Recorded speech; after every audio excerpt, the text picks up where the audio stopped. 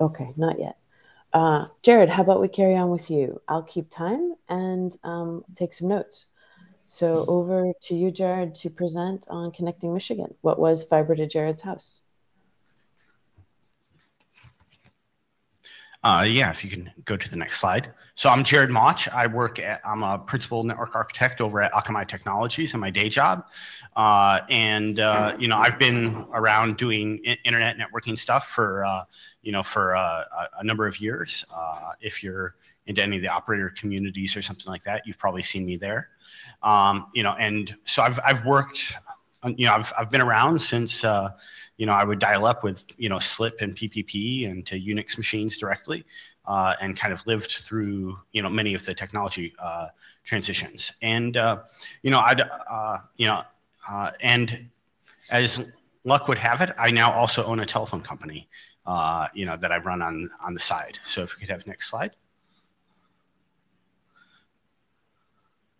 When you don't have good internet access, a lot of people, they spend a lot of time doing research and trying to figure out like what you can do.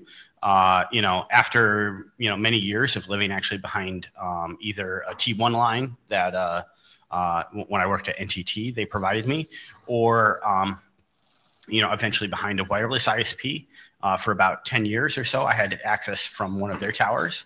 I went in, like anyone, I'd lived in my house for a while, and having a T1 at home, in the early 2000s was great. It was a nice, a nice symmetrical speed and stuff like that. But this was a recent screenshot off of, AT&T's website. They're offering speeds up to 1.5 megabits per second. Up to that T1 speed that I had, 20 years ago at my house, and stuff like that. So I decided to do something else. Next slide.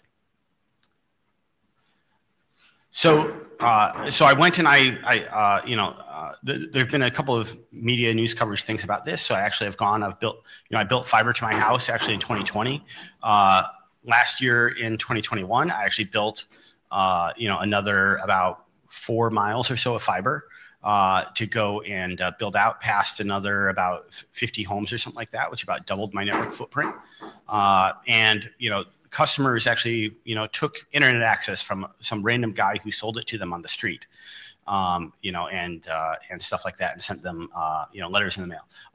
The take rate of selling residential internet access is slightly over 50% in a lot of these rural areas. I'm offering stuff for like a pretty reasonable price. Like my base plan is about $65 a month. And then I go up from there to, about $140 if you want a symmetrical gig. And I also, have gone and done fiber swaps with some of the other carriers. When I was building this 2021 portion of my network, there was a company that builds out for one of the big 3 cellular companies in the US, in Michigan. And they were, I bumped into one of their people doing all the field work and research for their permitting process, and said, oh, well, I'm already building, fiber along this route and in conduit and underground, and stuff like that. And so we talked back and forth and eventually negotiated a fiber swap. So, cause I basically had the middle mile portion between 2 cell towers they were trying to connect for their customer. And so from that, I was able to actually get access, and extend my network footprint another about 2.5 miles as well, and go and, provide access to other people's as well. If you're ever building, an underground or, any sort of underground utility or something like that, absolutely the number one lesson I would have for anyone is to always build extra conduits. The materials on the conduit cost almost nothing. And the labor is so much of a high portion of that cost, and that conduit is incredibly valuable. So because I had built 2 conduits on that route, I was able to come back and I built 2 conduits. Part of that route was built in 2020, part of it was built in 2021 that I did the fiber swap on.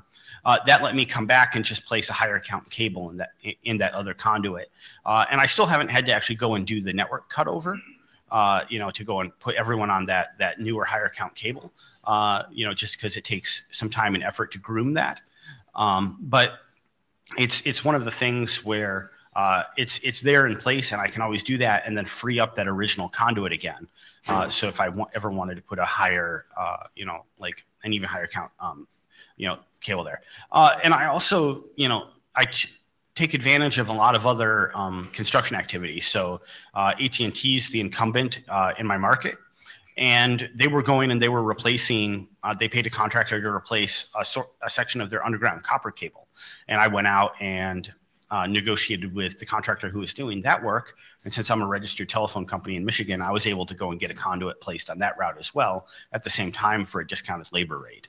And so, just being intelligent and observant, around your environment, it really allowed me to take advantage of many of those things to go and build out my network. So yeah, I think next slide, please. So, this is what I ended up building in 2021. So, just the conduit routes, in that middle there, there's basically almost every place where you see it say HH, that's like an underground handhole or something that's at grade. Where, the fiber is coiled in or something like that. And most of them are, nearby a home. And you can see on some of these, like the roads in much of the US especially in the rural area, are generally laid out in a mile grid. And so you basically have a mile between these roads there. And there's, in some of these cases, there's 3 homes per mile. Ended up going and building out down this road. And then once I got down close to this, this road here, you see kind of on the left, that was an area that our county had identified, that my county had identified that there was a gap in the broadband access between all of the different funding that exists in the U.S. Because there's been all of this money given for, there's the Connect America Fund, CAF2, there's RDOF, which is the Rural Development Opportunity Fund. There's the second round of that. And there's also state level initiatives and such. But they'd identified that a number of these homes there were also not going to be able to be connected through any of those existing programs. And I was able to convince the people there to put some money in up front, to cover my construction labor. I covered the materials costs and asked them to basically just prepay for their internet access for a couple of years, and was able to go and build another, about a mile and a half or so of fiber network as a result. And this has really been something where it's been game changing for, many of these individual families to go and get that internet access at their home. So if I could have next slide. And then, like I said, my county put up stuff for RFP. So they sent out this RFI, an RFP, back in 2021.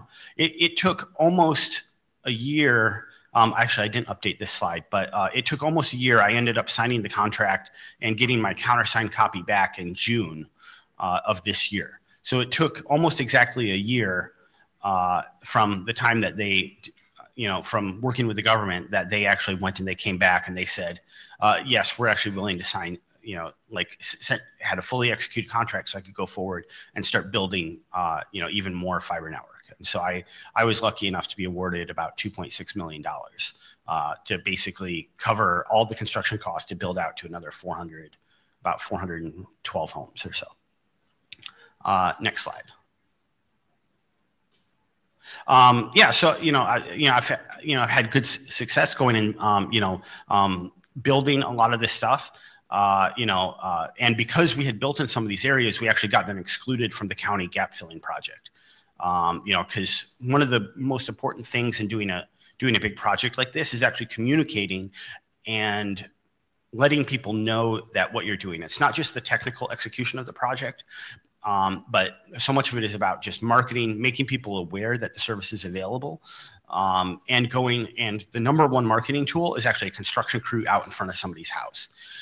You'll get about 40% of the people who will sign up before, maybe a little bit less, but the second they actually see something going in front of their house and crews working there, and the survey stakes, everybody, is like, comes out, they talk to construction crews, and you hand the construction crews little flyers to hand back to the people and say, oh, well, we're the ones who are building it, we're the contractor, but here's the person to call to get internet access. And that's worked out really well. Next slide. So, and anybody who's worked in the US and tried to go and look at any of the broadband availability maps, The FCC maps to date have really lacked the fidelity. There's new maps that are supposed to be going online. I think they were supposed to have gone online this past Friday. So what happened is a lot of these were based on existing boundaries, and being the federal government, they used the census boundaries. So they would go and say, if anybody in this census tract or census block has access to the internet, that's counted as served. Unfortunately, when you get into some of these rural areas, that census block may be very big. And if somebody is at one end of it and somebody's at the other end, and they might be a mile or more apart, you're missing a lot of that information. And Washtenaw County, where I live, they actually went and they paid somebody to go around and drive to each one of, there's about 113,000 parcels in our county, and drove to each one of those parcels and looked to see signs of infrastructure, be it cable TV, the DSL cabinets and the amplifiers for the VDSL and such, stuff like fiber on the poles and stuff like that, be it either from a long distance carrier or for somebody who does access. And because of this, since before 2010, it had shown that I had broadband availability at my home, which I knew was not the case, because if I had broadband availability at my home, I wouldn't have had to have built it myself. But these maps, they're getting better. There was this new broadband data collection thing called the BDC.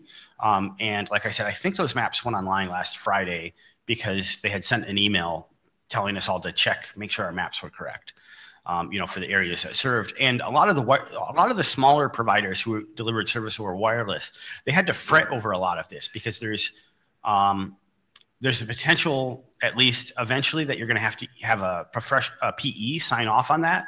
And that includes, if you're delivering service wirelessly and not a facilities-based carrier, you have to certify the wireless propagation, that you did a study that the wireless signal will actually propagate through whatever is there, be it trees, buildings, or whatever, to go and reach people. Really to kind of disadvantage, because I think many people, they had said, oh, well, we have a tower there, we can deliver speeds.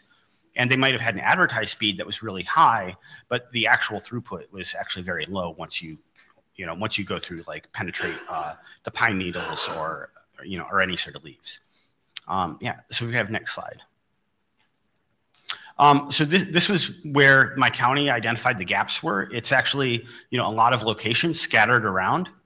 And as a result, many of these people, they're right next to very populated areas. Ann Arbor is a very big location, and there's nothing inside of Ann Arbor that was counted as unserved. But you can see all of these areas around, these communities surrounding it, many of them did not actually have any access to broadband. Just because, there may be density there, but in between where the other pockets of density are, there wasn't a lot of opportunity. And some of this is driven by public policy.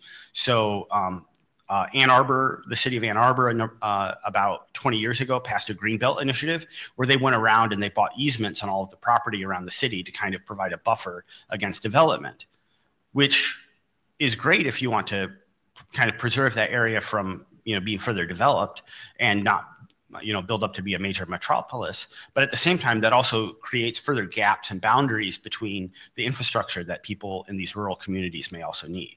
And so it's an interesting double-edged sword when you talk about those types of things. And I mention that because a number of those initiatives, because there were 20 years in the making, they're actually, I think they're up for on the ballot, at least in my area, tomorrow, to be voted on for them to be renewed, and to see if you want to have, do you want to go and continue to preserve these green spaces, or do you want them to be developed? So yeah, if we could have next slide, please.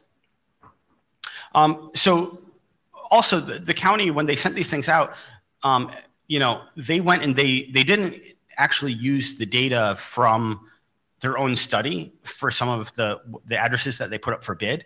And this is an example of a community where one half of it showed as broadband available and the other half didn't. And this is a trailer park that, has, obviously, 120 plus trailers in it and has Comcast coax available there, but some of the addresses aren't shown as served, either because they're at capacity on that section. It may not be profitable for them to expand or upgrade that. And it's the type of thing where it requires some actual pushback on, the county almost, this was in one of the sets of addresses they tried to award me, is they said, well, we need you to serve this half of this trailer park. And I went back to them and I said, this doesn't make sense. Like, I'm happy to build something that makes sense. I'm happy to take your money, but this doesn't make good public policy to spend money when there's already this existing infrastructure there in place. And such. And so, we went back and forth on a few things, and eventually they took this off of my list and put this onto, either Comcast's list to fix, and removed it from contention, or something else happened. I'm not sure exactly what happened. I just know that I thankfully didn't have to build to this location anymore. So if I could, next slide. And same thing here. This is a different trailer park. And that one building there you can see is a level 3 POP. There's literally fiber outside, these locations. And there's also, cable TV available in that neighborhood as well. And so, when you have this data collection effort, it's really easy to get it wrong unless you actually go out and do a physical field survey. And because they did go out and do the field survey, but they then used a different company who had their own data set that wasn't as accurate.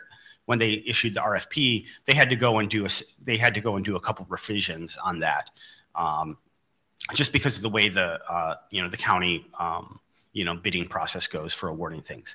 And yeah, it's you have these properties, but it's nobody was even meeting the I think it's still the current metric in the U.S. is 25 down, 3 up is defined as broadband. And stuff. It's, and it's just comical to see something like this where it's literally the fiber region is outside of the place that doesn't have internet access. So if you have next slide. So in the US, there was this stuff that happened, the Recovery Act funds. What this did was actually very interesting. It basically sent money down to all of the levels of government, both state, local, countywide, as well as local governments, and basically said, here's some money. We know COVID is going to impact you.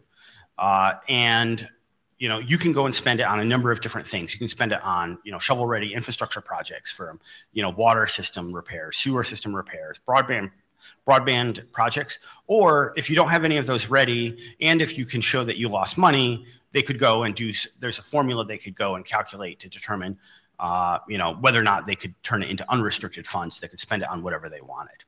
My county chose, because they'd done this study and, they received about, I think, $88 million or so of this money locally. They chose to take a portion of that and allocate that to the broadband task force that had been running for a while. And then they did the RFI and RFP that I ended up bidding on. And so, as part of this, they actually went and they took some other things where people had gotten money under CAF2 and other programs where people were going to be funded to build out fixed wireless. And they said, you know what, fixed wireless, we're going to declare that out of scope. And really the only thing we want to make sure everyone has access to basically really high speed, be it fiber or, coaxial, like, stuff over coax, and basically eliminating a lot of the DSL based technologies, the copper stuff, and a lot of the, the fixed wireless stuff, because you can get some very high speeds in the fixed wireless, especially if you have really good line of sight with the 60 gigahertz. There's a lot of stuff in the 60 to basically about 70 gigahertz band that's unlicensed in the US. But we have these things in Michigan called trees, and those really just block the RF propagation. So yeah, this ended up being great, and they ended up funding it. I actually sat on the meeting. I didn't even understand when they approved it because of the obscure way in which the government actually runs to approve these things. When I sat on the call with the county commissioners voting on it. So we've got next slide. At the beginning of this year, I basically had about 13 kilometers of fiber network end to end. I was getting, in some of the sections up to 80% market penetration. I have a couple stretches of road where I've actually hit for like a half-mile section where I'm actually hitting 100% market penetration. Every single home is subscribing, which is kind of amazing because it's quite common for, about 3 to 5% of homes just to be unoccupied. Just because people are either, not at home or vacation or they're somewhere else taking care of family, or somebody has passed away and it's still in the, it's still controlled by the family or the estate and just nobody's living there. So if I have next slide, please. And I had, Sorry to interrupt. You've got about 4 more minutes. Okay. Sounds good. Yeah. So earlier I had, 65 customers online. Next slide. I think this should show that I have like 81 now. Unfortunately, I couldn't get it to screenshot in the same overview map, but my network is further expanding out. I've only lost one customer because they didn't pay. So the system eventually turned them off and stuff like that. And now I went from I sort of had this perpetual install queue of about 5 to 10 people. Now I've got about 35 people that are waiting to be installed. And actually today I have 2 different contractors in the US working for me doing building in 2 different areas at the same time. So I'm gonna have to have someone go by and drive and check out that they're actually out there working. But I'll probably end this week with another somewhere between half-mile and mile of network built that I'm gonna have to go home and make sure gets lit up from here. So next slide. I think this. So a lot of people are interested in this because I'm a small company. I have no problem revealing data, about a lot of things. This is kind of what my network usage looks like, overall. I do have the wireless ISP I used to buy internet access from. I sell him wholesale internet access now at a reasonable rate and stuff. So, there's probably about 150 users or so behind this. I also don't, hopefully none of my subscribers are going to watch this. I actually don't rate shape any of them either. So the slowest piece of network equipment is in their house, which is usually their wireless connection or the gigabit connection to their router, from that perspective and stuff. And so you can see last November when I got, a hump of people online, and aside from the data collection issues, obviously I'm continuing to add, more network usage over time. Next slide.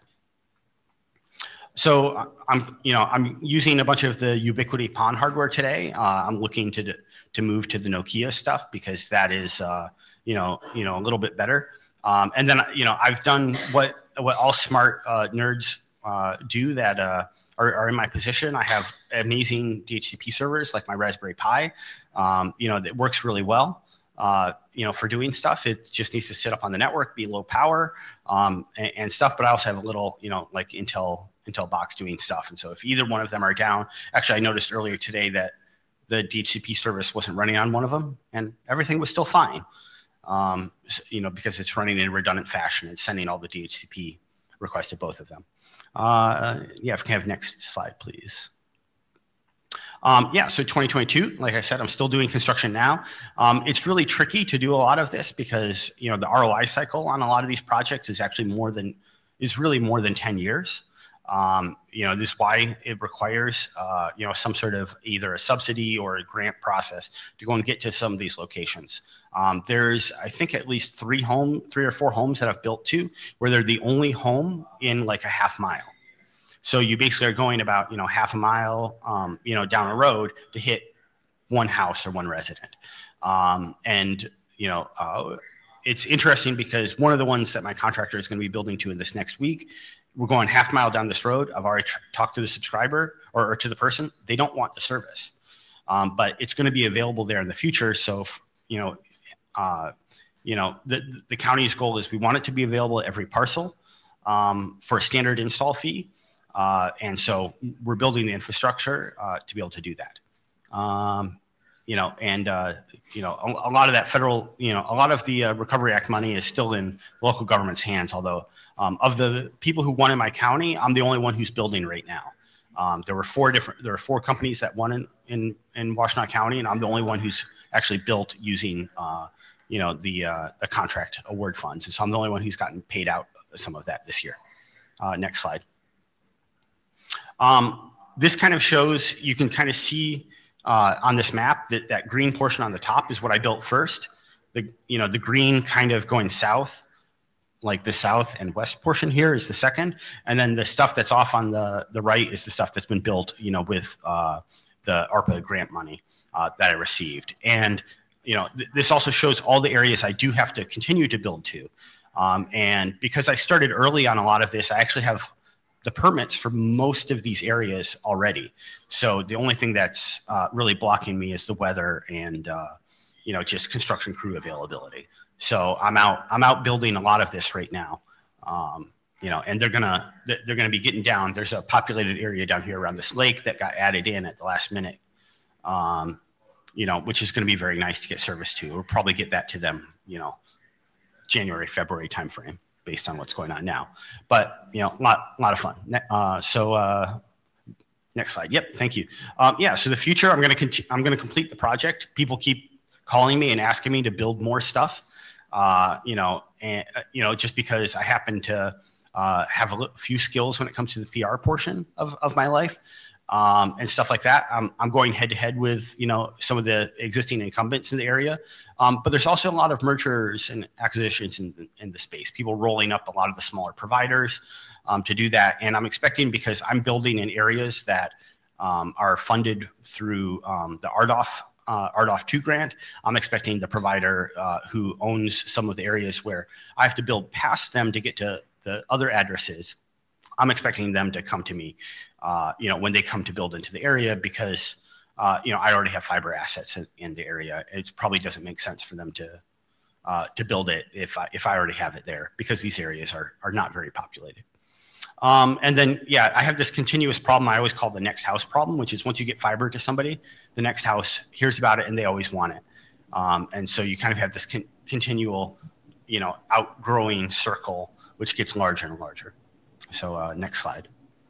And we're just about at time, Jared. Yeah. Yep. Okay, and cool. That's all right. We have about 5 minutes for great questions for Jared. Jared, that was awesome. Thank you.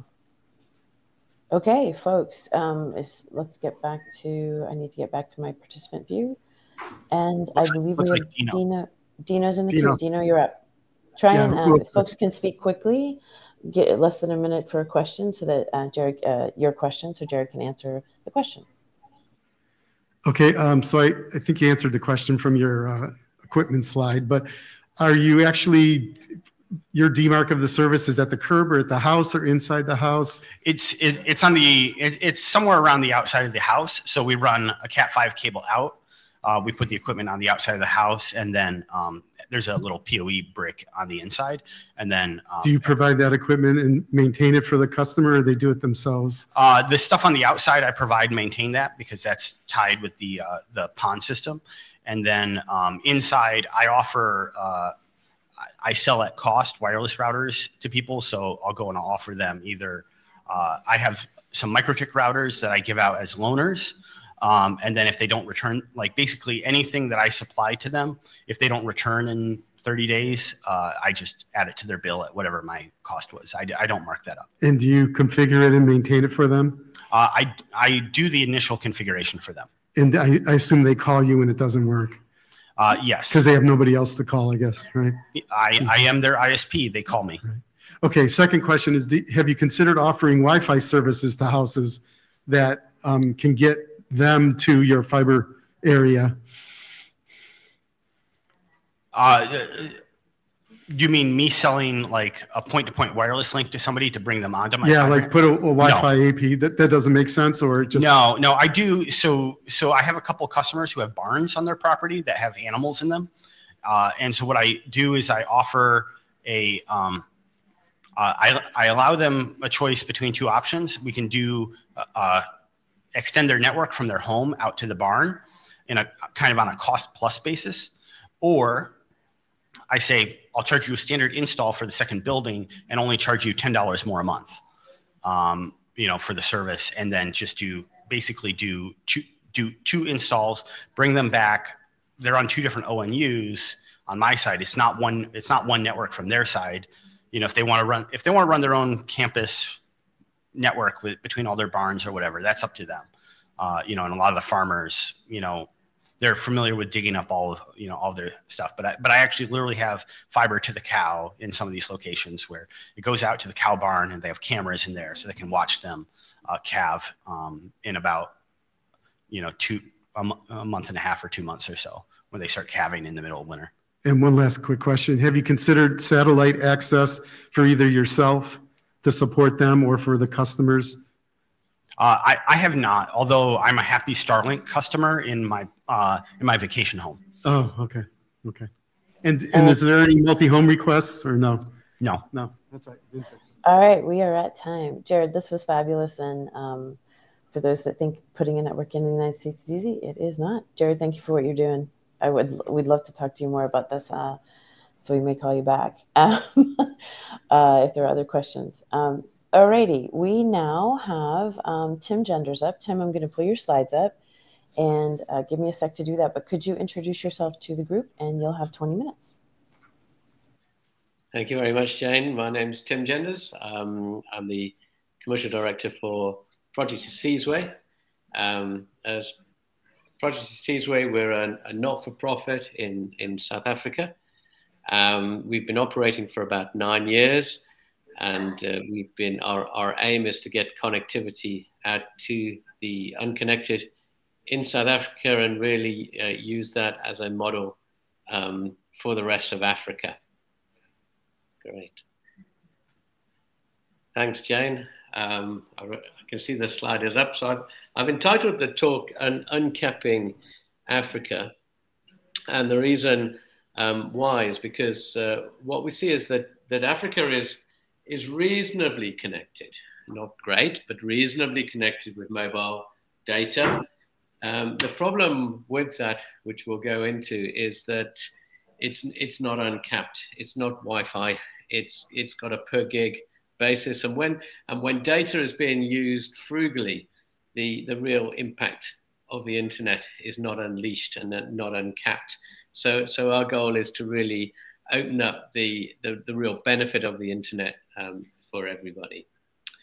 Yeah, if we can move on to the next slide, just really to highlight the problem that we're solving in South Africa. It's fortunately one of the most unequal countries in the world.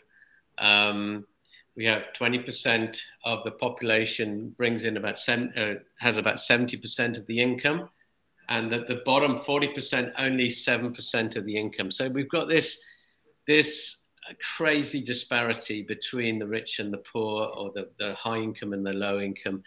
And that is a real problem. And actually, South Africa has a phrase of being a world in one country, and it's a really interesting microcosm of the world and the challenge of the world of this disparate, you know, inequity that we see in the world at large. Thanks, Jane. If we can move to the next slide. So what we have and what we've had in the last couple of years is a rising unemployment rate, rising up to 35% of the population. What is even more distressing is that in the youth, 15 to 24-year-old people coming out of school, that rate is at 65%. That means only 1 in 3 people get to enjoy a job. Now, what we have in South Africa is a situation where only 10% of the homes in South Africa have got fixed broadband. I like to say I've got Wi-Fi because it's the easiest way to get the message across. Is if I say only 10% of the homes have got Wi-Fi, it just seems to come across better than saying only 10% have got fixed broadband. So as you can imagine, for the youth that are unemployed, and having access to the internet is really critical for getting a job. That's a real challenge for them, and it's this challenge that we're up to address and to try and solve and to try and create models of how to deal with this problem. So if we can go to the next slide, please, Jane. This is a picture of South Africa. It's actually up on the internet, that really highlights this inequality problem. where you've got this main street that's in Johannesburg somewhere, and I need to work out exactly where it is, where you've got this main street and you've got what we call on the left-hand side the leafy suburbs, and on the right-hand side you've got the townships or this high-density, more low-income areas. So the right-hand side is 90% of South Africa, the left-hand side is 10% of South Africa. The left-hand side gets to enjoy data Wi-Fi costs, and I've taken a guess based on, how much data a home consumes, and it's roughly around 15 cents a gigabyte of data that they pay. The right-hand side, because they're buying in small data bundles, generally around 10 Rand to 20 Rand, their cost of data per gigabyte is around $15. Okay, so on top of this inequality, we've got this data inequality that says that if you are rich, you get to pay for data at 15 cents a gig. If you are poor, you have to pay $15, which means, a meeting like this would have cost me $15. Now that's expensive. It's really, really expensive to be poor. And it's that inequality that we're out to fix. In fact, Jared, I thoroughly enjoyed your presentation, and I actually want to get across, and I've noted down the problems that you highlighted. And I'm going to say, in Africa, we have exactly the same problems, but we have them at a different percentage. So you're addressing the problem of a percentage of the population not having fixed broadband or not having access to the internet at an equitable rate.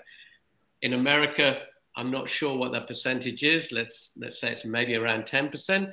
In South Africa, it's 90%. Exactly the same problem, just a different percentage of the population that we're trying to deal with.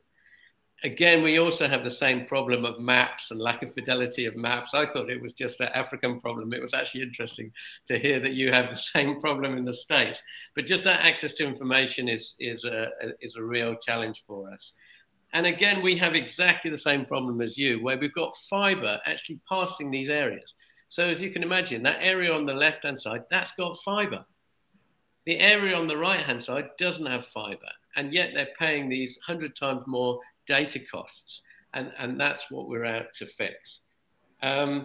We also have trees in South Africa, and so the trees give us a problem for the RF.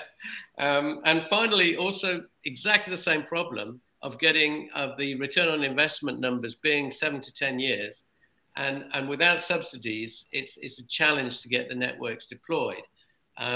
I think what we've got is a real need and a real urgency to get these networks deployed in Africa as a whole, because of the inequality that if you have a portion of the world's population able to enjoy the internet, able to get educated at the touch of a button, able to get a job or apply for a job easily, able to develop their own local economies easily, and have all of that speed of efficiency that the internet brings to economic development. If you've got, a portion of the world that doesn't have that, it is going to create a further inequality into the next generation. We actually have a fairly controversial phrase for this, and we call it digital apartheid. And it's really that we're out to solve and crack and get just a fair internet access in Africa happening. Thanks, Jane. If you can move to the next slide. So our solution to that is to take, I did put another of your problems there, Jared, was non-payment. Okay, so and that is a big problem with those, if you like, uncreditworthy homes that you saw on the right-hand side. So what we've done is we've said, right, let's go for pay as you go. And we took your average access of a home, and we sliced it into 30 days. We sliced it into 4 devices per home. And we said, to get an equitable access, let's go for 5 Rand or 30 cents per day, uncapped internet access. and do it on a pay-as-you-go model as well in some of our networks. I'll go through some of the journey that we've gone through as Project Seasway. But we found by doing it on pay-as-you-go, we took out all of those hassles with collecting debt. If they haven't got the money, they don't come on. If they have, they do come on for the day, and away they go. And then tomorrow they may not have the money, but the following day they do. And so it really does, pay-as-you-go really does address the debt collecting aspect for us. Right, let's hit the next slide. Yeah, so what we've gone for as well, actually very similar to in what we saw with with Jared's presentation, is communities connecting themselves up, spotting the problem within their own area, saying we need connectivity here. And what we're after as Project Seasway is to create a model whereby we can have local communities in Africa just follow our methodology, use our systems, get Wi-Fi out on a pay-as-you-go uncapped basis to their own communities, and involve those communities and get them running their own networks. And really that's the drive of what we're trying to do as Project Seasway. And we've done that through getting to this point through quite a very interesting history of where we've tried different mechanisms and models. And I'm just going to take you through a few of our case studies of where we've gone in our history. So if we can move to the next slide, please, because this was our big project. This was the Shwani municipality, or Pretoria and the surrounding suburbs. This was funded by the municipality.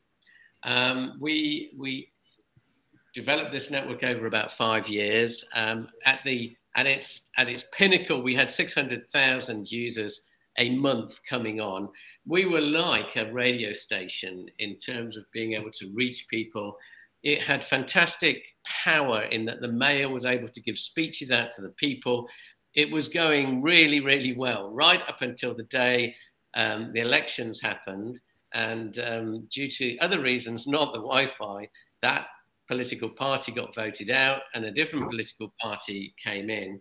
And they came in with the approach of, a new broom brushes clean. They decided not to carry on with this network, which was really, really sad and really disappointing.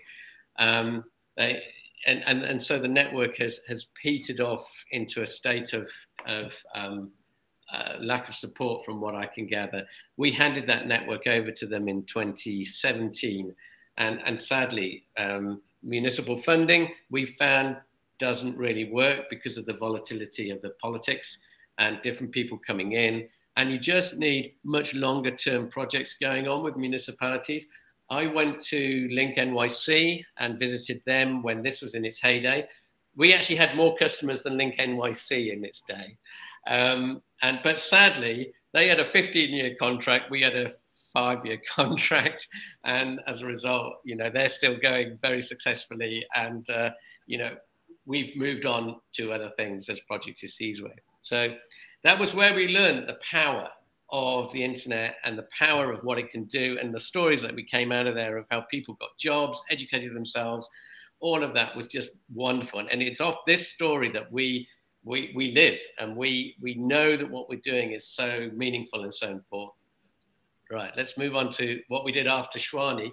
We then turned our attention to corporate, and these projects I can thankfully report are still going.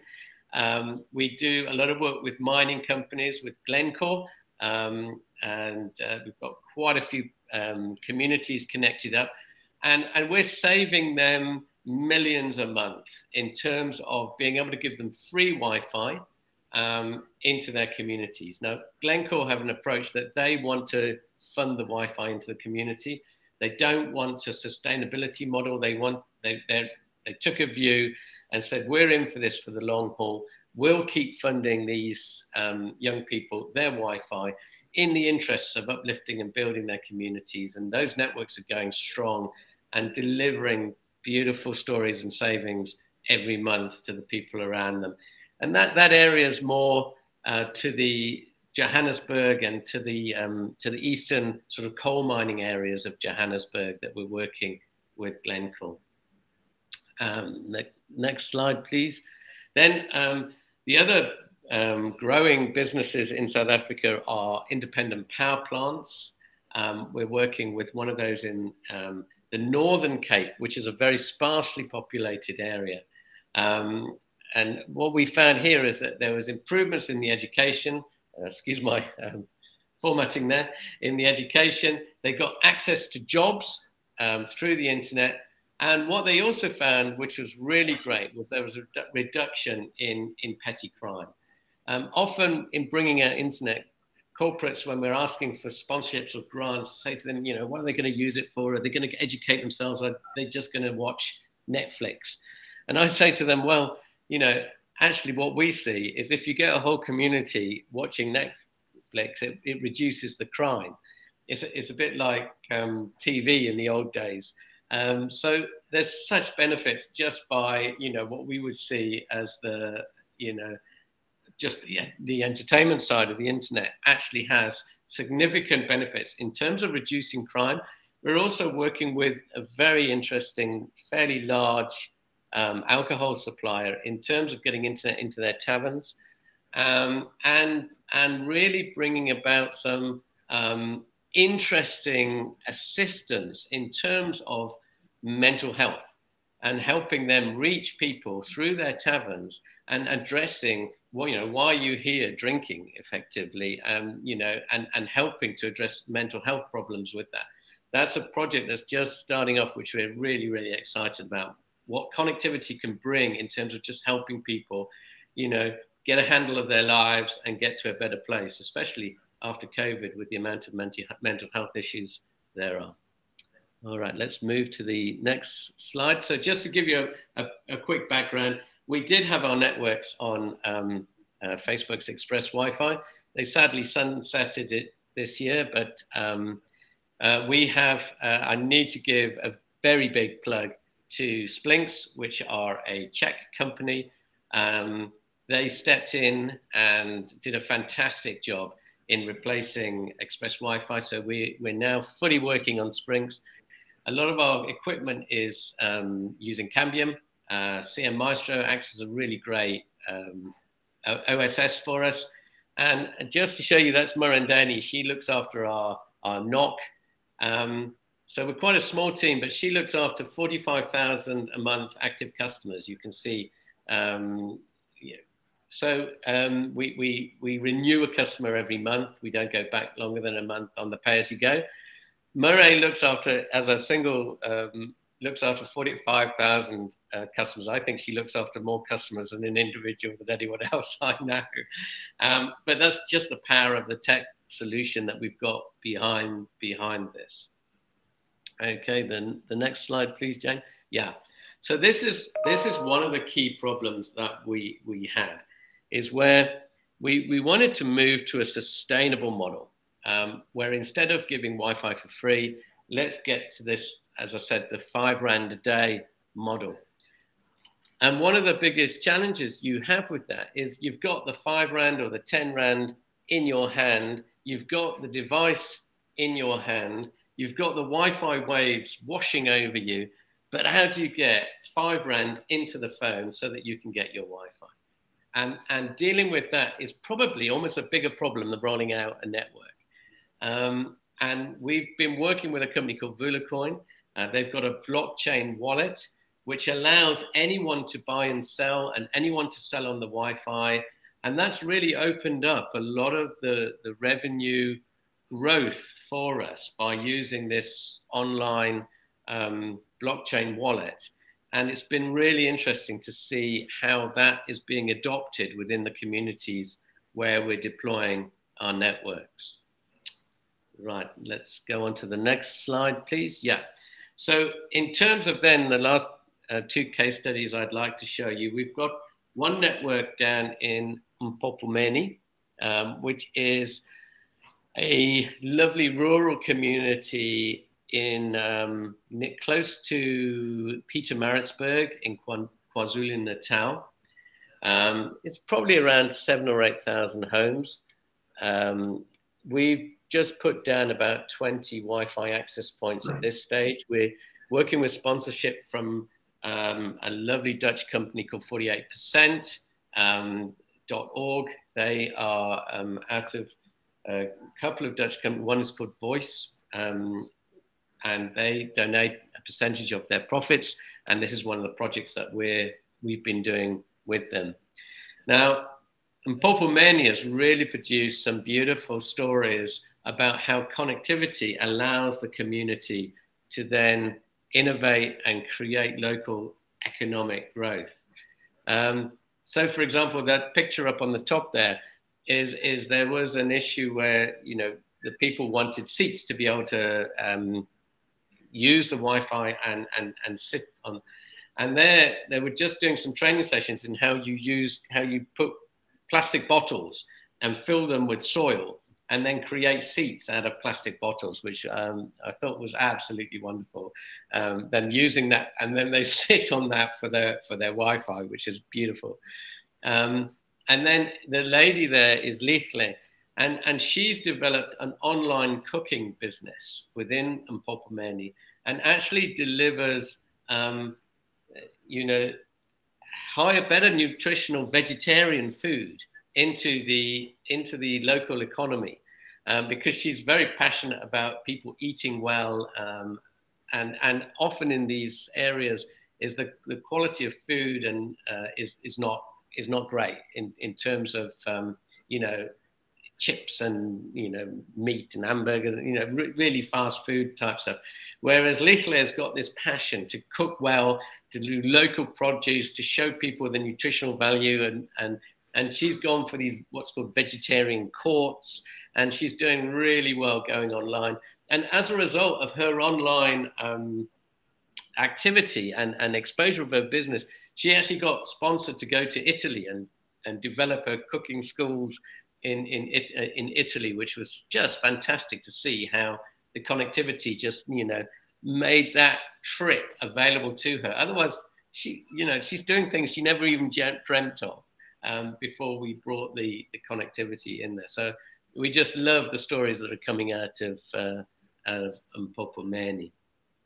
And then if I can move to our last slide, which is Lemontville, which is where we sort of get to the maths and the numbers of how we are going to make this sustainable? Because I think that's the question that a lot of people want answered within an African context. If we can get pay-as-you-go Wi-Fi out to communities, either by fiber or wirelessly, you know, will we get enough money to hit those return on investment numbers that we want to get?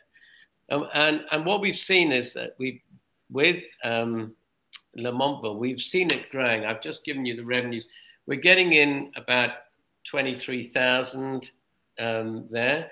What's nice is to see how that has grown from about 13,000 up to 23,000 over the last 3 months. And I'm looking forward to that growing again the month following. It's still, as you can see, it's still a little bit erratic, but we're hoping this can go in the right direction. Now, Jane, I don't know what it's like over this medium, whether that video would work. It's just about a 2-minute video, 2.5-minute video, if we've got time.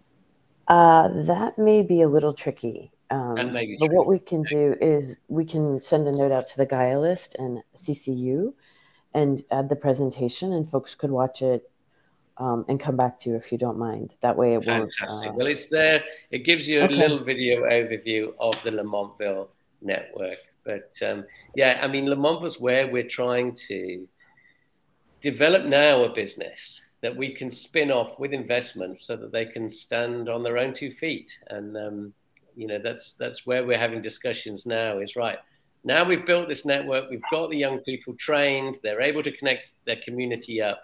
We actually want to spin them off to fly by themselves and grow, and then really rinse and repeat that model elsewhere in Africa. All right. Well, thank you so much, Tim. We've got about 7 minutes for questions. Let me start off by asking you, are you training people to be digital navigators? And then Curtis has a question. By digital navigators, I mean train the trainer model to show people what the power of connectivity and content can do? Yes, yes. So we've got a picture of Nabisa there. She's one such person. So in terms of them selling more Wi-Fi, so we've opened up the Wi-Fi for anyone to sell, and then we're training them in terms of how do they get more out of it. What we're doing is focusing as well on educational content and really showing them, we're working with Microsoft there in terms of showing them the online curriculum, really getting them connecting with their communities. And you're absolutely right, Jane. They get the internet and it's like they don't, the sort of realization of what they can do with it needs to be opened up. On the other hand, we also find that in terms of from a tech side, we have to be very on our toes in terms of them trying to break the system and get internet for free. We have people that break the system, and my first reaction is, can we employ them? Yeah. Well, absolutely. If they're hacking the network, I mean, there's some lessons learned there. So Curtis is in the queue. Curtis, over to you for your question for Tim. Yeah, let's hope that my audio works. It looks like it does. Yeah. Great. Yeah, so great presentation. And I'm really interested about the use of sort of entertainment, that piece of the talk. There's a whole bunch of work. Tom Smythe is sort of the big one for me a long time ago, showing the value of that kind of stuff. But you were the first one to really discuss a relationship between sort of crime and entertainment services. I was wondering where that connection came from. If there's any research, as a researcher, I'd love to see it, or just sort of personal intuition, kind of doing this work about the connection between those two. Yeah, it's more been listening, Curtis. It's more been listening to the people on the ground, particularly that community up in the Northern Cape, where you have, because it's like kilometers and kilometers between towns, you can actually get a fairly nice feel for the impact that you've done within one town. And it was really responses from the Northern Cape where they say, you've brought the crime down, Now, unfortunately, we haven't got it. We need to pull in the academics to get that. But I agree with you. I think it would be really interesting to do that, because it's something that we know is there, but we don't have the scientific white papers to be able to justify that. Yeah. It would be hard to pin down, but obviously super interesting that that's what you're hearing from the community members. Thank you. Yeah.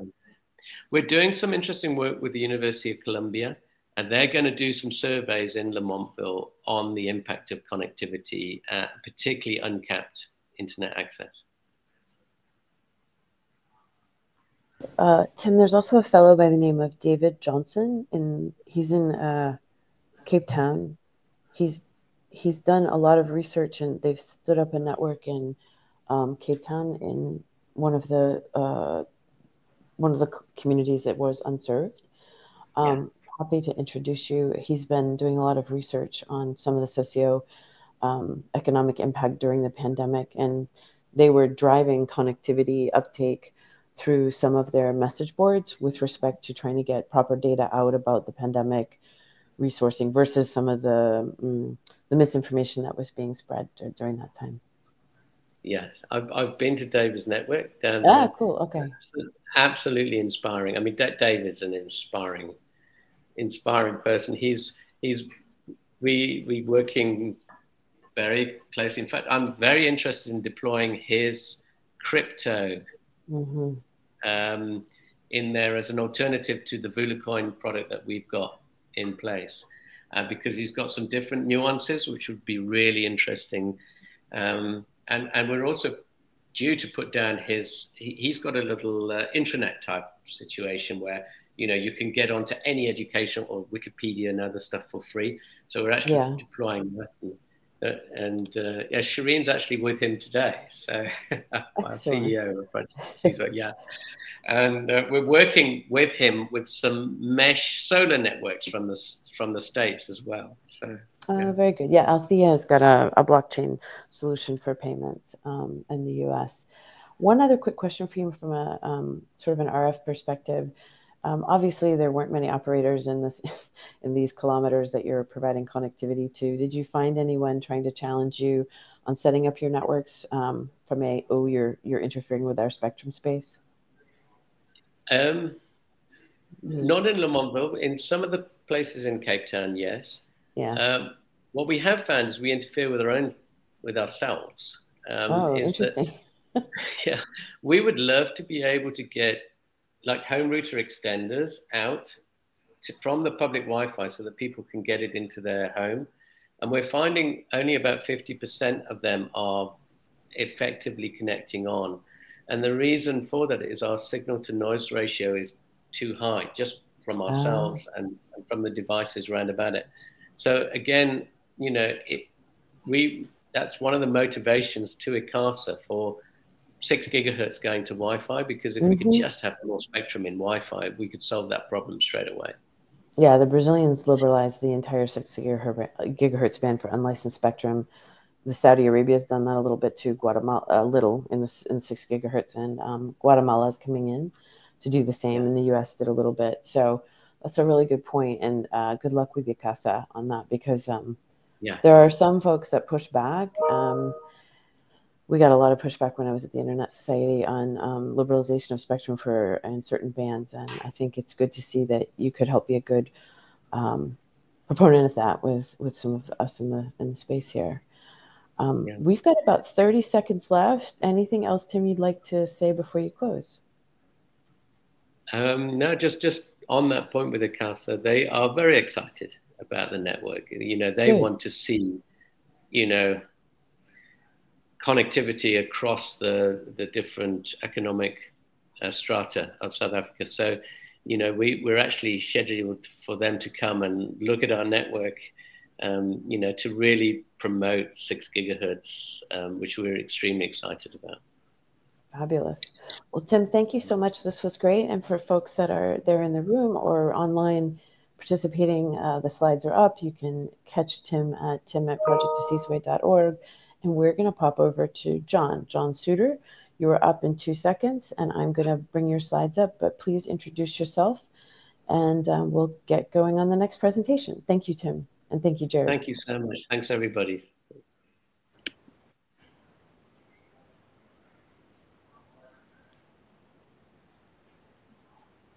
Can you hear me okay? A little muffled, but we can hear you. Okay, not much I can do about the muffling, but I'll try and get close to the microphone. So my name's John Suter. I used to be the CEO of Lynx, one of the largest internet exchanges in the world, for around 20 years. I retired a couple of years ago, but I seem to be as busy as ever, and I'll show you why in a few slides. The talk I'm going to give today is about a project to write a standard for internet exchange neutrality. So if we could have the next slide, please. And I've got 20 minutes, so it's a big subject to try and summarize in such a short time. And I'm going to talk a little bit about the background and the process used. And then if we have time, I'm going to show you some actual examples from the draft standard, so you can get a feel for what it is we're trying to do. So next slide, please. So talking to an IETF audience, I figure you all know what an internet exchange is, but just as a reference point, let's see how it's defined. It's a network facility that enables interconnection. And the definition I've used there is from something called IXF, which if you click the link, you'll see the background. I don't really have time to explain that today. But internet exchanges are quite a big phenomenon. They always have been since the very earliest days of the internet. There's approaching 1,000 of them in the world now. I don't think anyone actually knows how many there are. But there's a really cool tool deployed by Hurricane Electric. And in the source link I've given you there, you can find a list of exchanges that Hurricane can actually track with technology. Next slide, please. So this is this Hurricane site I just mentioned. This is the grayed out link there is the one from the previous slide, but this one, which you can access through the same mechanism, shows you the importance given to exchanges by the largest content networks. And if you count down that list, Google, Akamai, Microsoft, Facebook, Amazon, and so on, represent the very largest content providers in the world. And the number of exchanges they're present at is that rather central column, showing that many of them are at around 200 exchanges or approaching that number. And I think that alone illustrates the point that they've become very important to enable big content providers to access the long tail of access providers in any particular area where these exchanges are located. I commend you to that Hurricane site because there's lots of really useful data there. Thanks, Shane. Next slide. So the premise for all of this is that internet exchanges, I'm going to call them IXPs from here, play a significant role in both the growth and the performance of the internet. That's quite a big presentation in itself. I'm not going to try and do that today. But the specific topic is that many exchanges describe themselves as neutral. And neutrality is actually quite important from all sorts of points of view. But unfortunately, it's a term that is itself somewhat vague and certainly differently interpreted amongst IXPs and amongst IXP participants. And so at the moment, using that term doesn't bring a lot of value, and in some cases can be confusing or downright misleading. So the intention of our project is to provide a solution to that by writing a clear and well-accepted definition. The well-accepted is a crucial part of this, which I'll go on to explain.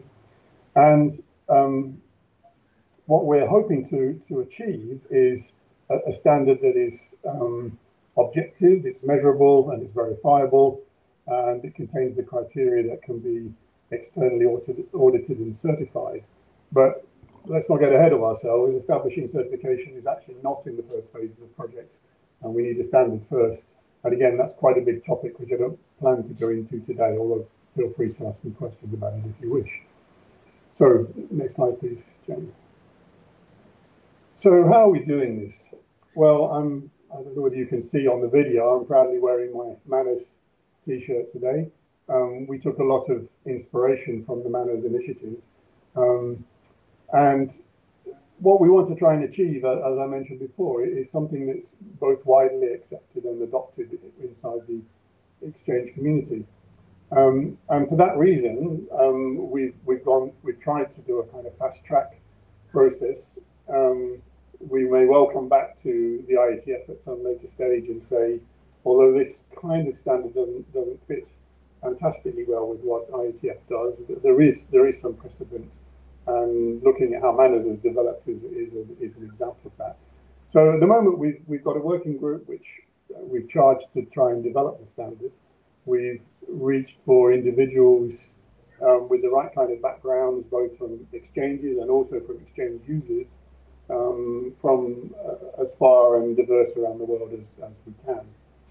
And what we propose to do, and it's illustrated by this small chart, is to, during the development of the standard, to try and get the feedback from as many stakeholders as possible. And by stakeholders, we mean both exchanges, exchange participants, and also related organizations, because what we want to try and achieve is a consensus from the stakeholder community.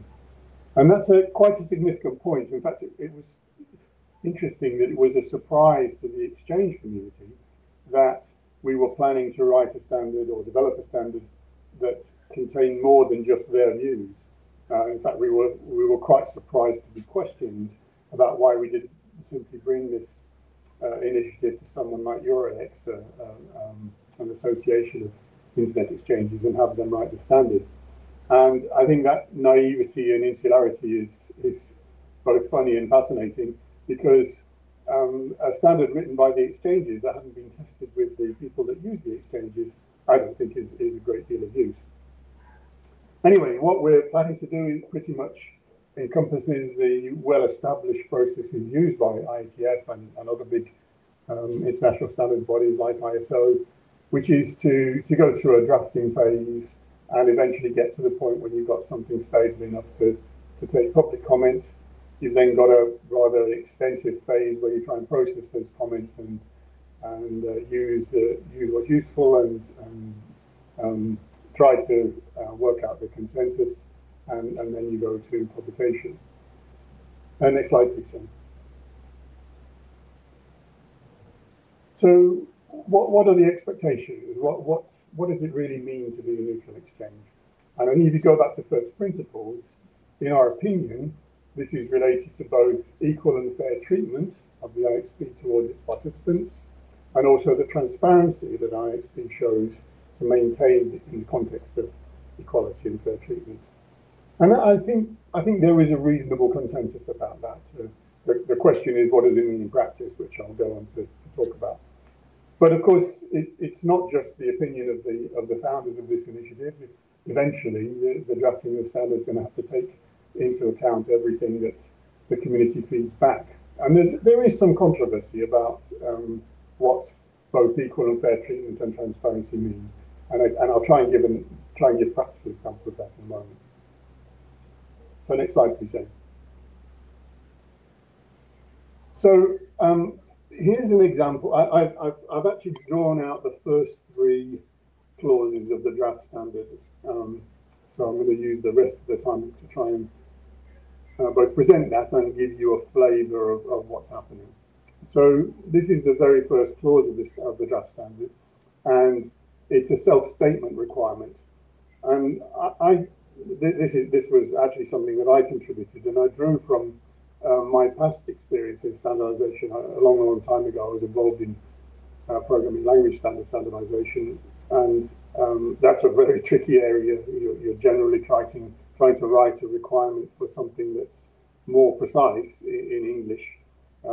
And so one of the ways you get around some of the difficulties is that you require the producer or distributor or whoever it is of the product, in this case a programming language compiler, to produce a statement of what they actually mean by their compliance with the standard, typically because there's lots of options and lots of things that are a little bit unsaid.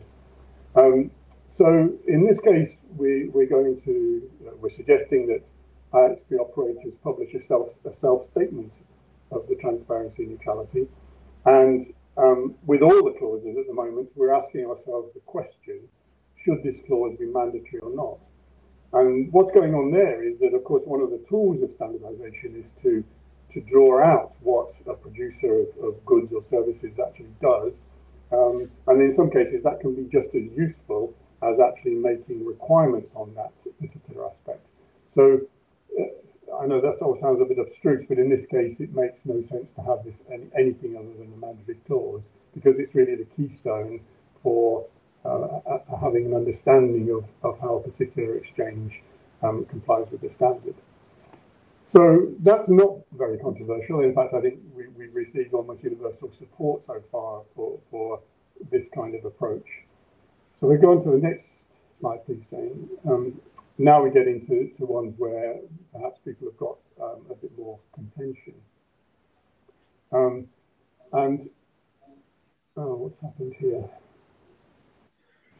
Can we do the next slide, please?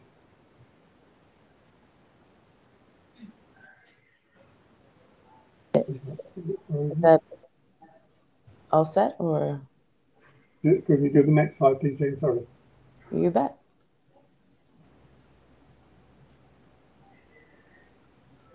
So I'm not seeing the slides advance. Uh-huh. Are other people seeing the slides advance?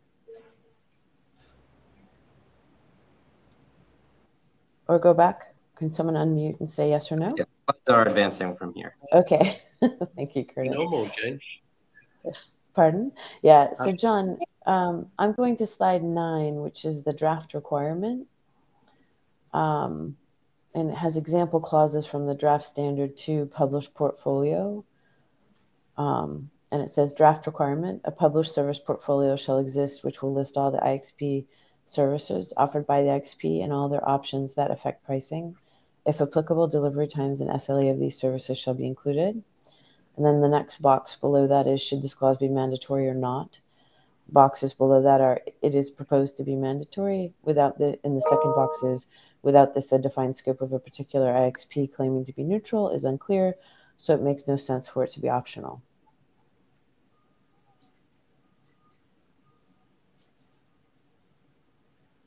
Do you want me to advance to the next slide?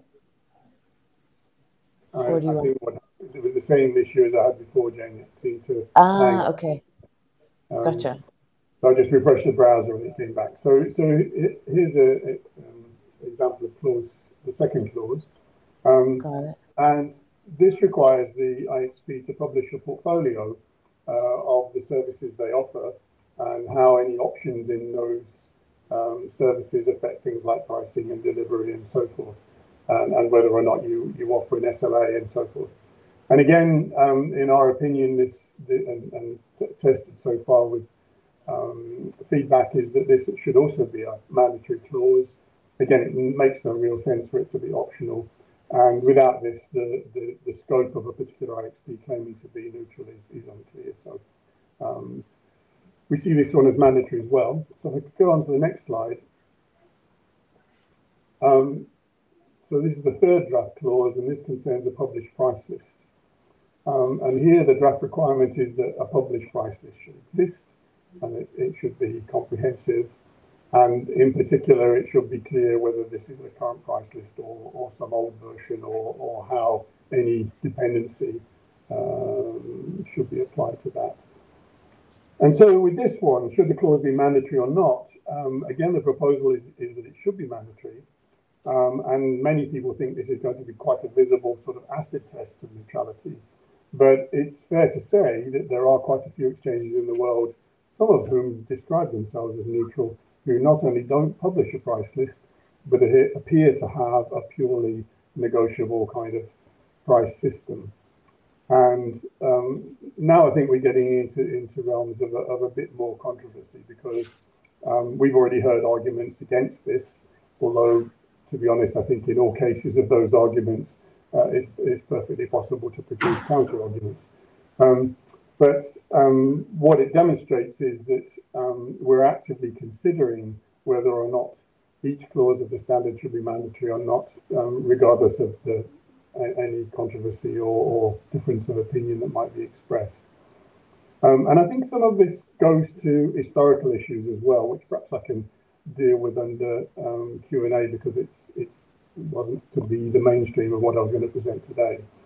But there's around 20 clauses at the moment in the draft, and so I've just had time to illustrate 3 of them. At the moment, the idea is that most of the clauses be mandatory, but an example of where at the moment we're not considering that is reference to peering DB. So those of you who know anything about peering DB know that it's an incredibly useful tool. It's a community developed tool. It's a go-to reference place for information about networks and interconnection and internet exchanges and data centers as well. Some people have argued that referencing peering DB in the standard is a bit strange, in that it doesn't appear to be within the scope of what I said earlier about fair treatment and transparency. But I would argue that the transparency aspect is actually an incredibly important part of peering. And if you can't find out who peers at a particular exchange, then why should you even consider going there? So at the moment, that it's an example of a clause that we see as being potentially optional, but strongly encouraged, rather than something that you make mandatory. But again, I've heard good arguments that it should be mandatory. So conscious of the time, if you could take the next slide, please. So where can you get more information? Well, as a first step, please go to our website, where we've tried to tell the story in a great deal more detail and transparency ourselves than I've had time to do in this presentation today. Or you could participate in any or all of the outreach events that we're planning. We've had some already, and we've got quite a program of others that we want to do. We want to try and get through all these outreach events before we get to the draft for public comment stage, so that we've taken as much as possible of the sort of stakeholder opinion into account. If you don't know what all those acronyms are, I apologise, but they're all events that happen around the world, or names of associations that regularly hold events. The next slide, please. So I'm pretty much open to questions now, but I just would like to thank and thank ISOC for the encouragement and support they gave for this in the early stages. Again, I referenced Manners earlier. Manners was I think a fantastic initiative, and one where you know, the initiative was seized and moved on in ways that required some extraordinary individuals to put their kind of heart and soul into it. And they got a lot of competent support from ISOC in the way that was managed. And we took great note of all of that, and it certainly helped us shape how we've got to here. So I'm a little bit ahead of time, and hopefully that gives an opportunity for people to ask questions. Have time. So is there anyone in the queue? Questions? Mallory, I saw that you had some questions online. Did you want to ask those questions in the quick Q&A?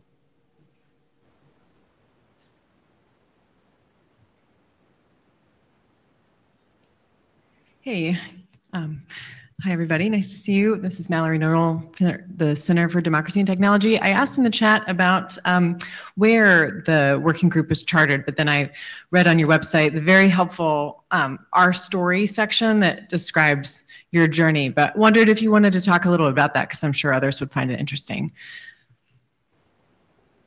Yes, I mean, I feel very conscious of talking about it in an IETF forum. I mean, I think if this had been more mainstream IETF territory, there's no doubt that we would have come to IETF for it.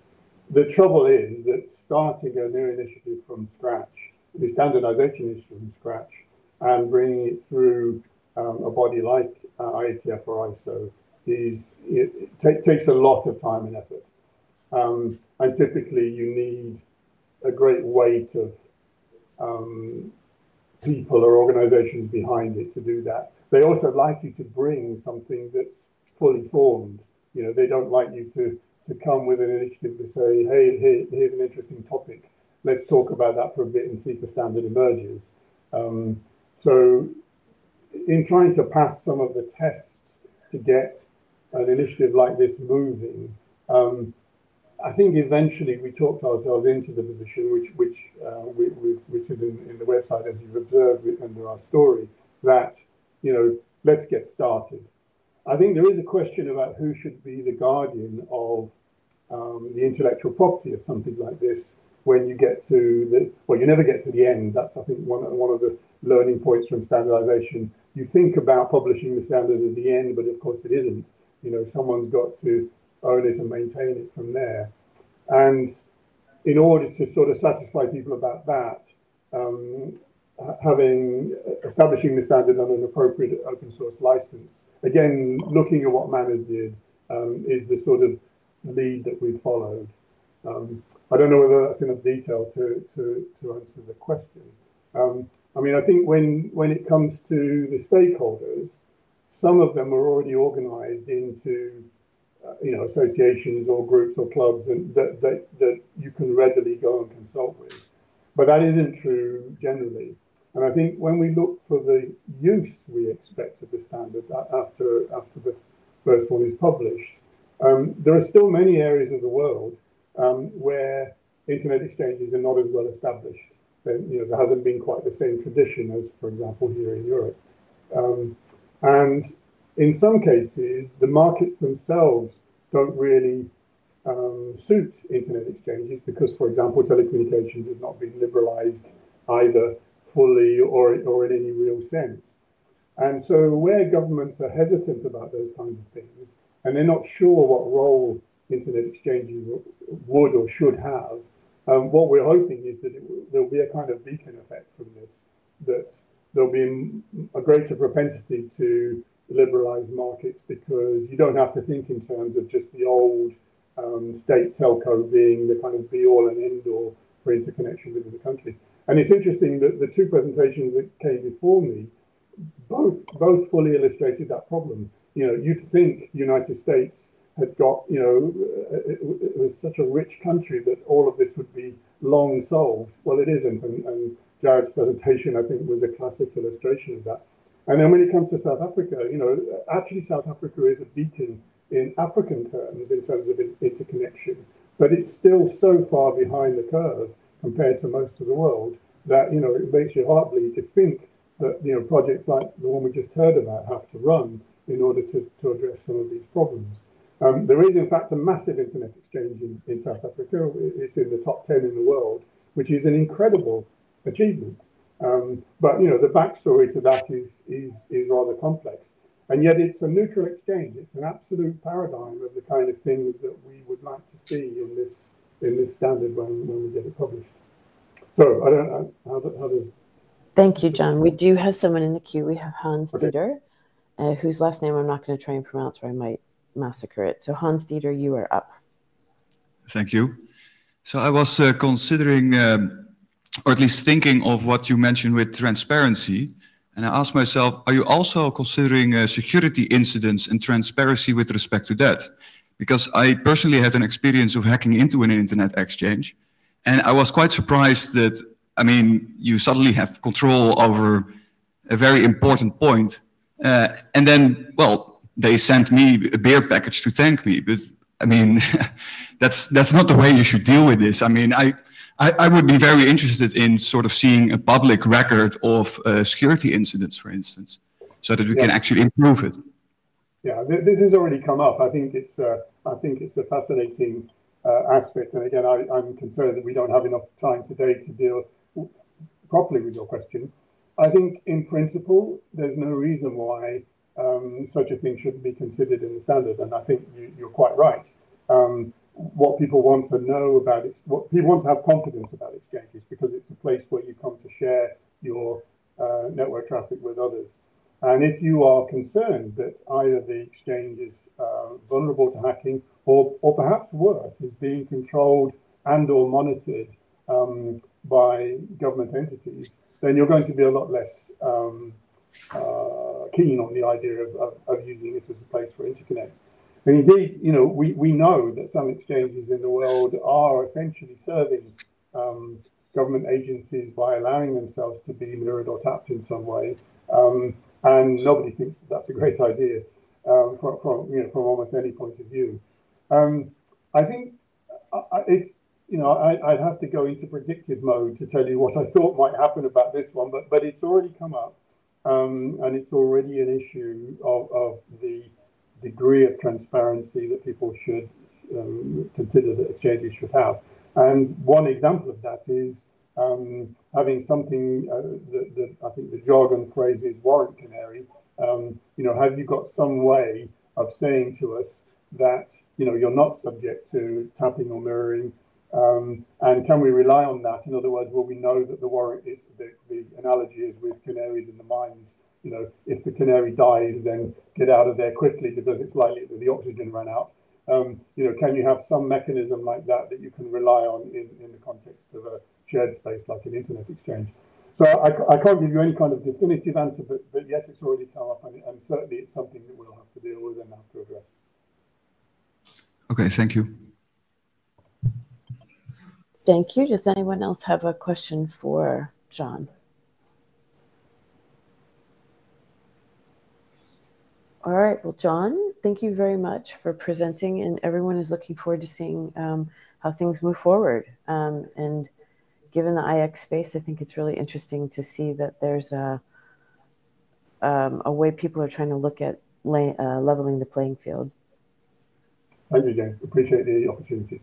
All right. Wonderful. All righty, Curtis, you're up next, and I will take care of the slides if you can introduce yourself. Hello, I've retreated from my children so that I can give a talk. So I'm Curtis. I'm the Gaia co-chair. And so we recently won. Oh, did we lose Jane?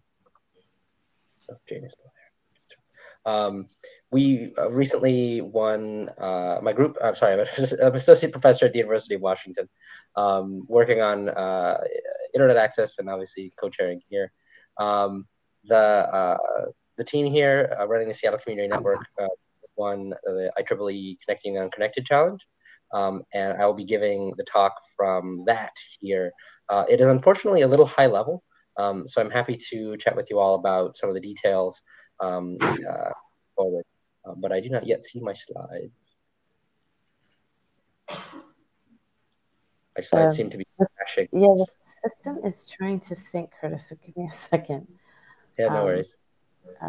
Give me another moment. They're not showing up in the deck to share. That's a huge drag. Let's see. I've refreshed. I can see it. I just can't.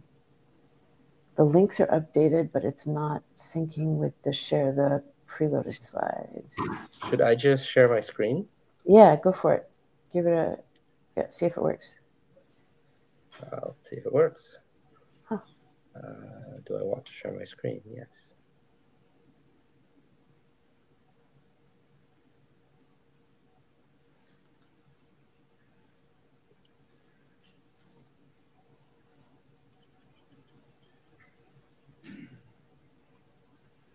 Okay, we're going to get recursive here for a second.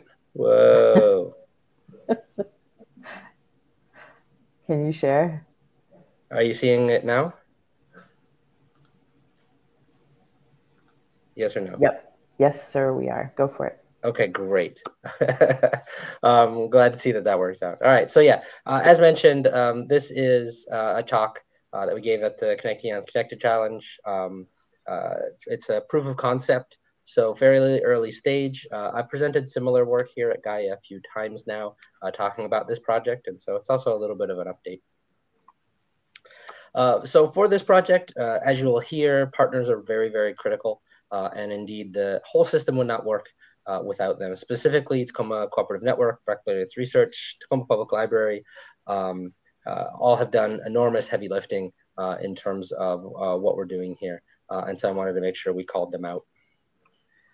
So just to start, it may surprise people, especially in this group, to be running, that we're running an access project in Seattle, of all places. Seattle, those of you who have not been here, is indeed one of the most connected places in the world, the home of Amazon, the sort of home of Microsoft there across the water over in Redmond, and an enormous amount of other companies that you will have heard of.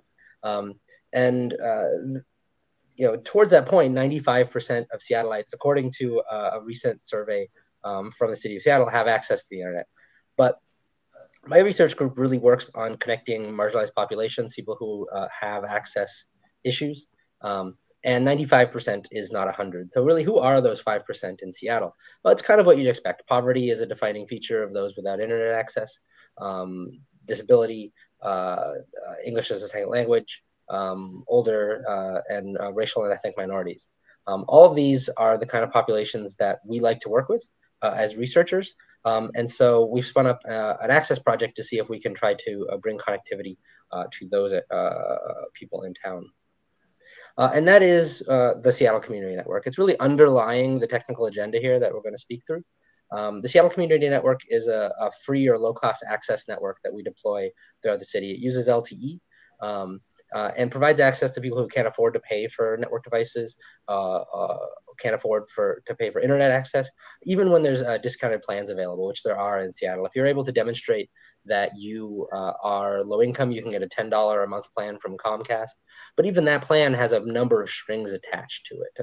I think you need to live there for a certain number of months to demonstrate that you're situated there. You have to demonstrate these income properties, all of which are really hard if you're, for instance, unhomed and moving around and these kind of problems.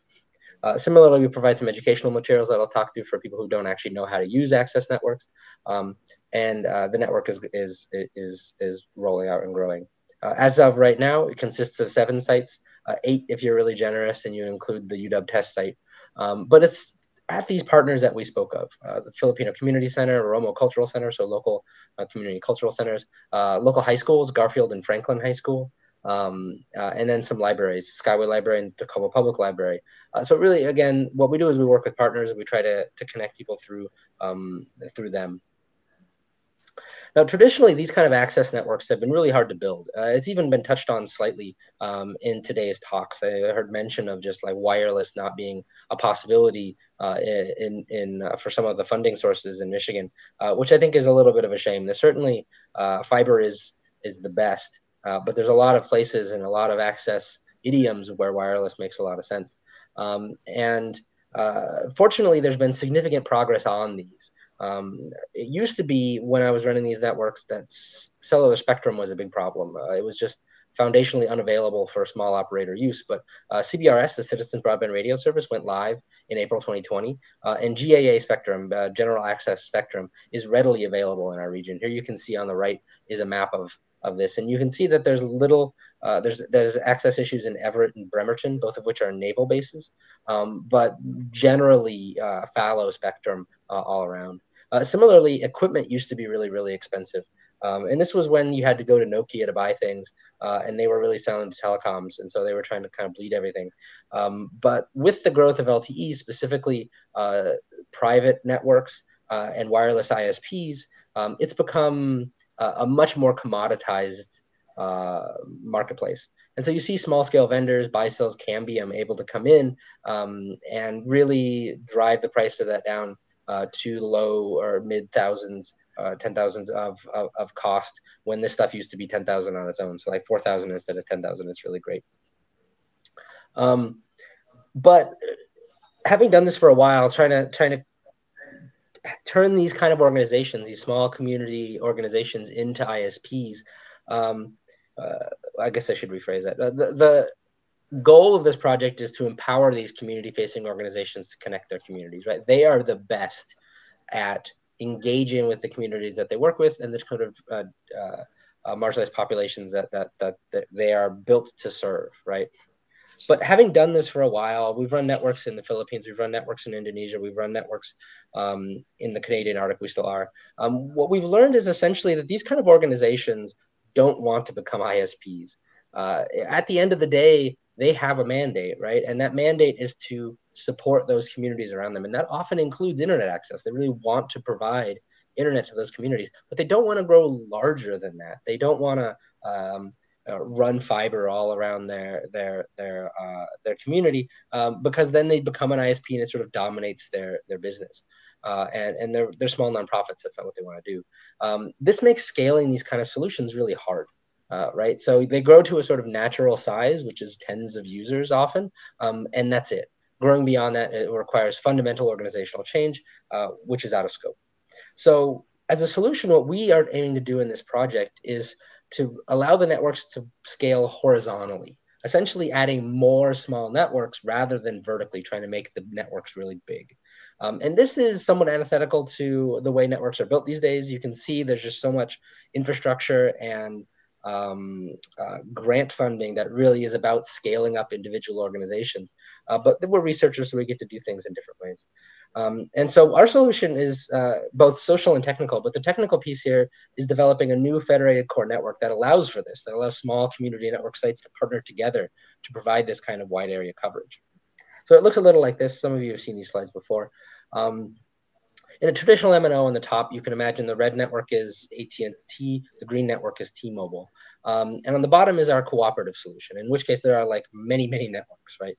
Red, black, blue, purple, green, all of them running in the area with a smaller number of access points there.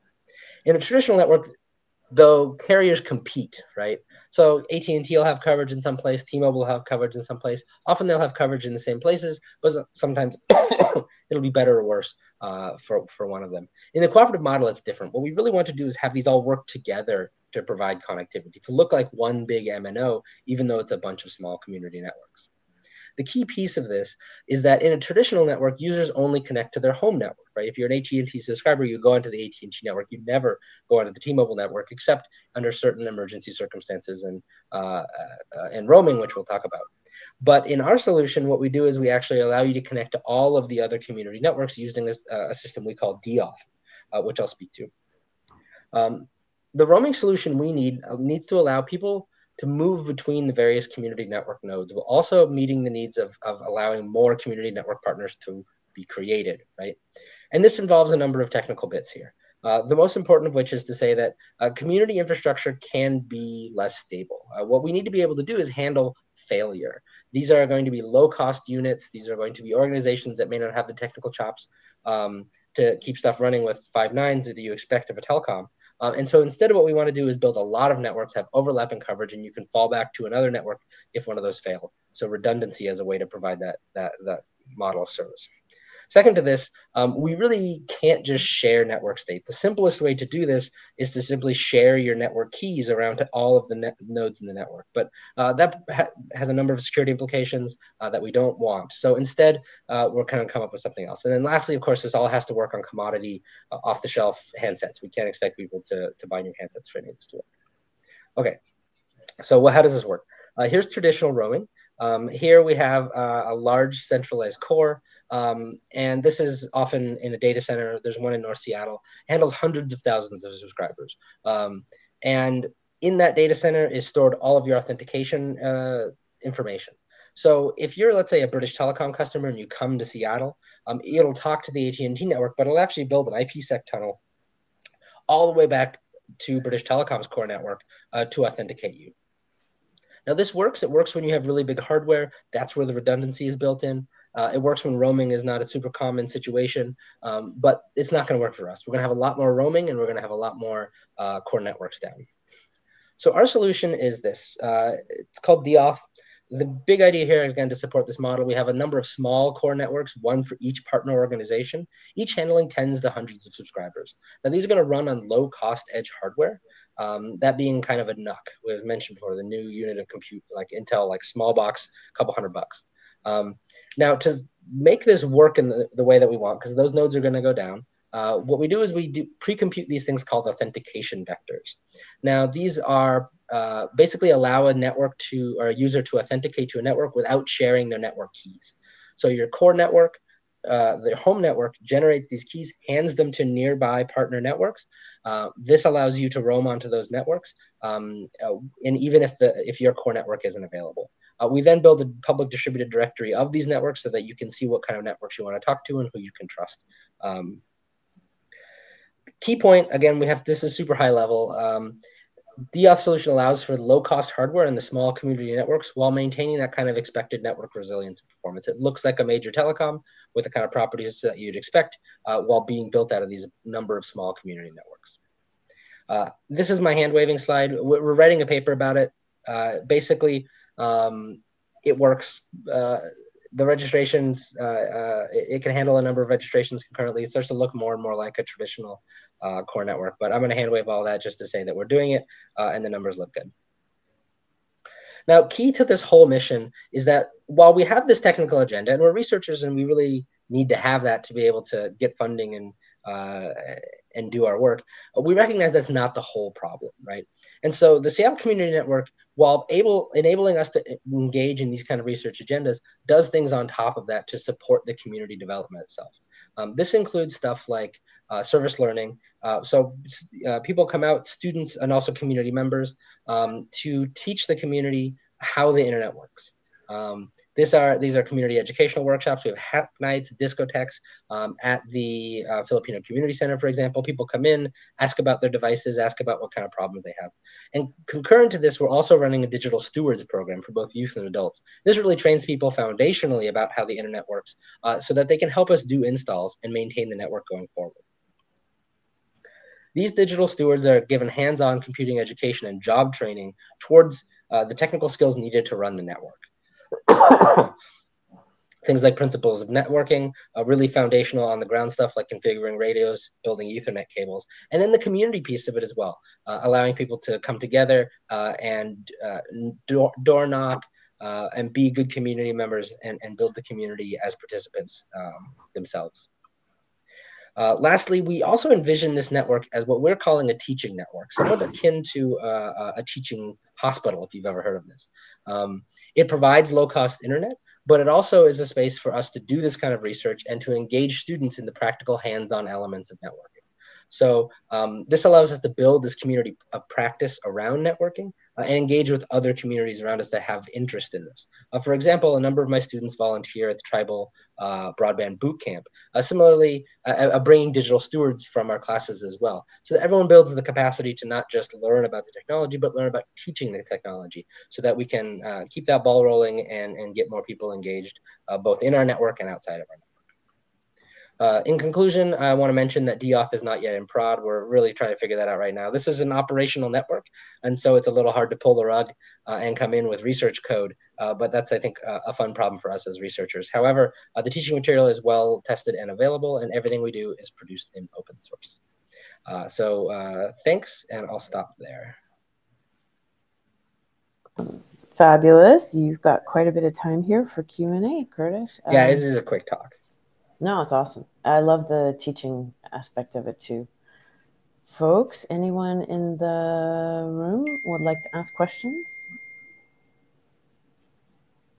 If not, I have a question for you, Curtis. All right. And Curtis, you had mentioned earlier, I think that do you have any issues with interference? Other networks, anyone complaining about the build? Not at all. It's been kind of amazing to see how open CBRS is. We know that there were a number of licenses given. This is for the priority elements, but it seems to be underutilized. And what I understand is essentially that the telecoms, while hungry for spectrum, feel as though it's potentially too unstable for them to run stuff on.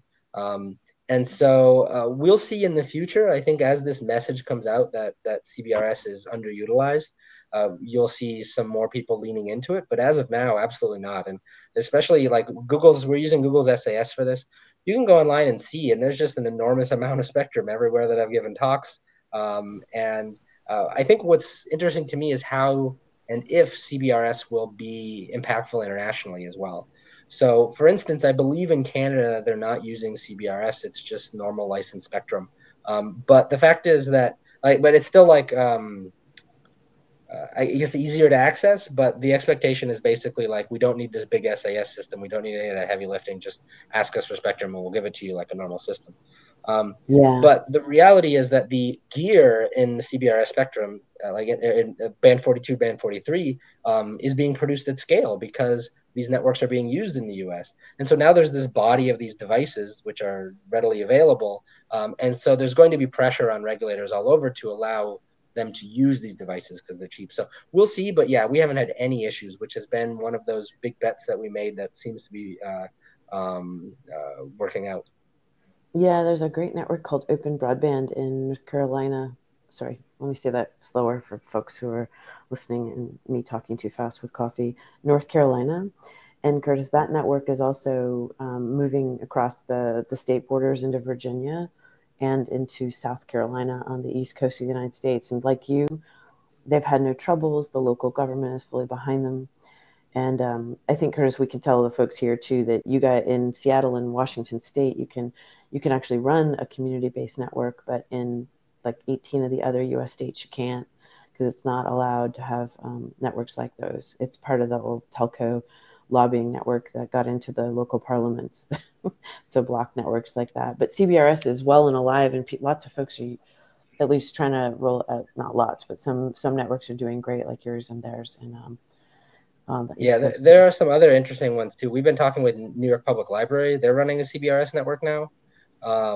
It's just popping up in very interesting places because this capacity is just suddenly there, and some people are flipping lights on. And we had heard about the city of Yakima here in Washington standing one up. I think that failed, but you can see again, there's just like that question seems to be answered, the spectrum question. And it's no longer a blocker in the way that it used to be. Yeah, and some people had said that the Navy, if the Navy needed to use the spectrum while you're in it, that was the blocker. I'm like, the Navy's sorting it out. Okay, Tim, you had something you put in the chat. You'd like to ask a question. Yeah, thanks so much, Curtis. I'm really intrigued if you've got anything in terms of a solution monitoring across different networks so that you know uptime on the different networks that you're dealing with, and especially because everybody uses the same IP address. You know, conflicting of IP addresses then across that, whether you've got anything that can go across networks in terms of monitoring uptime. Yeah, so we don't have everyone using the same IP address. I think we're actually natting behind a VPN. So basically all VPN to our, like we're an actual ISP, we have an AS and all that kind of stuff. And that's so I think we VPN everything back to our egress and run a DHCP server there and get everyone IP blocks. It's not super elegant. We're trying to find a set of IPv4 blocks because of this. So we're able to duck that. And in terms of monitoring, if you go to the SCN website, I think we may have broken it recently actually, but you can see like some spectrum maps and performance measurements there. So there's just a client that runs on each of the boxes and provides some very simplistic measurements at the moment. There's a bunch of open questions as to measuring these kind of networks versus like the vast majority of measurement infrastructure is not for cellular networks, which ostensibly it shouldn't be that different. But there's a lot of scheduling and front end stuff that happens in LTE that's much more complex than like a Wi-Fi network. I think again, the speaker for Michigan had a great perspective of like the slowest piece is for them at the client, and that's often not the case exactly in the same way because I don't know. There's just a lot more. I don't know the right way to say it. Like the spectrum sharing of a cellular system is just complicated in a way that like Wi-Fi doesn't do, or I guess most Wi-Fi doesn't do. If you go to some like real cutting edge standards, they do a little bit more of it. Point being, we have a fairly naive measurement thing. It's mostly measuring from the box out of the network. We don't have much of the front end bit of the measurement, which is where I think we actually need it. Client side stuff. We're building some of that. We've got some like Raspberry Pi kind of like put it as a user on the network and measure client performance stuff. But again, it's a little complicated. So I don't think that's a terribly great answer to your question, but that's what we've got. It's a sort of great answer to know that you're facing the same problem. Mm-hmm. Yeah, it's hard. Yeah, cool. Thanks. All right. Any other questions for Curtis? The slides are up on the data tracker for anyone to take a look at, and we'll be sending a note out on the Gaia list. But we've got about 6 more minutes, or we can give people time back. And I think Curtis and I will be putting out a note early for presentations for the next IETF in Japan. Yeah, I mean, thanks for coming out, everyone. I see there's still a bunch of people in the room. Hopefully, we'll be able to. I'm planning to come out to the Japan session. So if people want to come out there, that would be great. But otherwise, if there's any content that you'd like to present at Gaia, of course, reach out to Jane and I. And we're excited to keep this as a venue. I really like today's talks. I thought they were fantastic. And so Jane organized those, and thank you, Jane. That was really great. All right. Thanks, everybody. And thanks for coming to the meeting room. And we're virtual, so this is working out really well. And just want to say thank you to the IETF for organizing, and also to Lorenzo and the Meet Echo team. We wouldn't be able to do this without this really cool platform. So thanks a lot, everyone. And you have a good day there in London. And thanks to Tim. And thank you, Jane and Curtis. Ah, bravo. Thank you. Thank you, Colin. Oh, and thank you to Colin. He's our Obi-Wan Kenobi. All right. Take care, everybody.